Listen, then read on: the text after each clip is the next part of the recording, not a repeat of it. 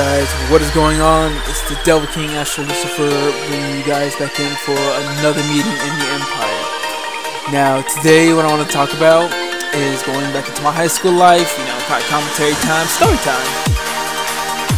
And this was around my junior year, so like peak of my physical aptitude.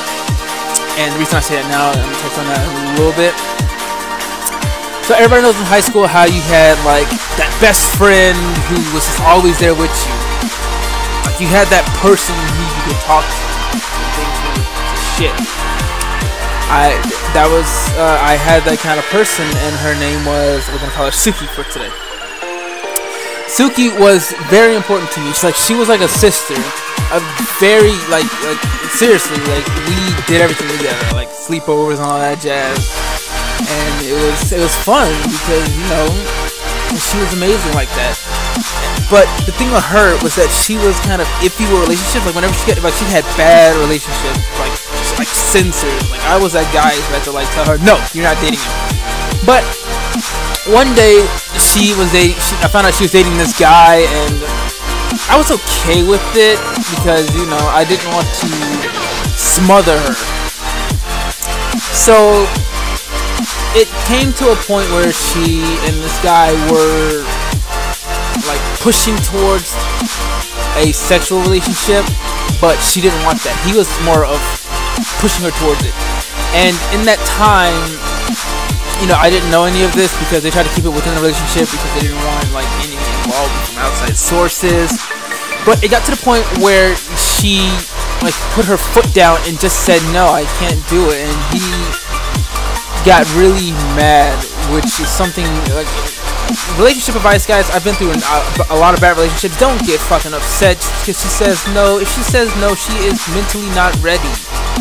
And I don't really want to be called that love guru kind of idiot, but dude, seriously, those relationships are more than just the sex. I mean, sure, it's nice, man, but at the end of the day, this is a person that has needs just as much as you, mentally as well as physically. Most importantly, mentally. So what I want to say is that treat that person specially. Anyways, it got to the point where this guy, like I said, called her derogatory names and was just a complete ass. So in response to that, I found him. It was at a gas station, one of those big gas stations that have stuff inside. Anyway, that's not really important though. But he was doing something. I think he was checking out, and in that moment, I was very fucking furious. When I found out about the situation, dude, I grew fucking mad. The rage I saw, the rage I had, just led me into my mental training of mixed martial arts, boxing, and kendo. I beat the shit out of this motherfucker. I'm gonna get into detail about this. Yeah. The first thing I did was I grabbed him by the shoulder, I grabbed him by the back of his neck, by the back of his shirt, and then his pants, and fucking lifted him over me and slammed him into the chip rack behind me.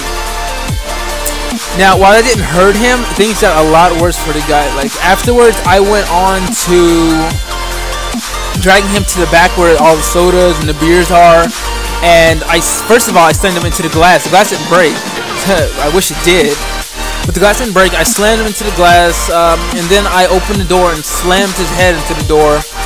Then I dragged him by his foot through the aisles and kind of pulled him through, I would say, the hot cans and the packaged food, the ramen noodles and stuff like that. Laundry detergent. Yeah, he was a complete mess, but I didn't stop there. I took him outside.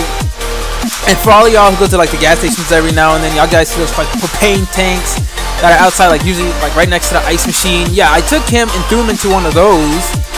I wanted to light his ass on fire, but I couldn't kill him. Can't do that, sadly. But I continued there, took him back towards the main door, and slammed him into that. Closed his fucking head in the door once again. And then got to the point where I, just curve stomped him. Yeah, right there onto the concrete. I threw him into somebody's car, but that didn't really do much. So meh. But yeah, I mean, sure, it was a lot to pay for, but at the end of the day, don't fuck with my friend. She was like my sister, and the fucker deserved it. And at the end, he got what he deserved. Sure, there was costs to pay, but at the end of the day, you know, friendship is priceless to me. And honestly, if I had more time before somebody actually like told me to stop or fucking woke me up from my rage-induced trance, I would have possibly put him into a hospital. Like, the damage wasn't as bad as you think. He just like was bedridden at home for a couple weeks or so, but nothing too severe to where, you know, hospital bills were involved. But it was a strange experience for me, and you know, friendship is important to me. Like that's something I'm dire for. So like, especially when it was my best friend who got hurt, like I'll fight to the fucking end for her. We're still friends now, but you know, she's in one college, I'm in another, so it's kind of fishy. But if you guys did enjoy the video, do leave a like button, comment about. I want to hear your comments about your time with your best friend where you had to defend them. So you know, do put that down below. You know, and tell me what you guys want to see next. I'm around between 3 series, so you know, tell me what you guys want to see next. I'm working on my next music video. I'll try to get that out for you guys. Next Call of Duty beats will be up soon. And this has been the Double King. I shall Lucifer. Subscribe for more, and I will catch you guys in the next one.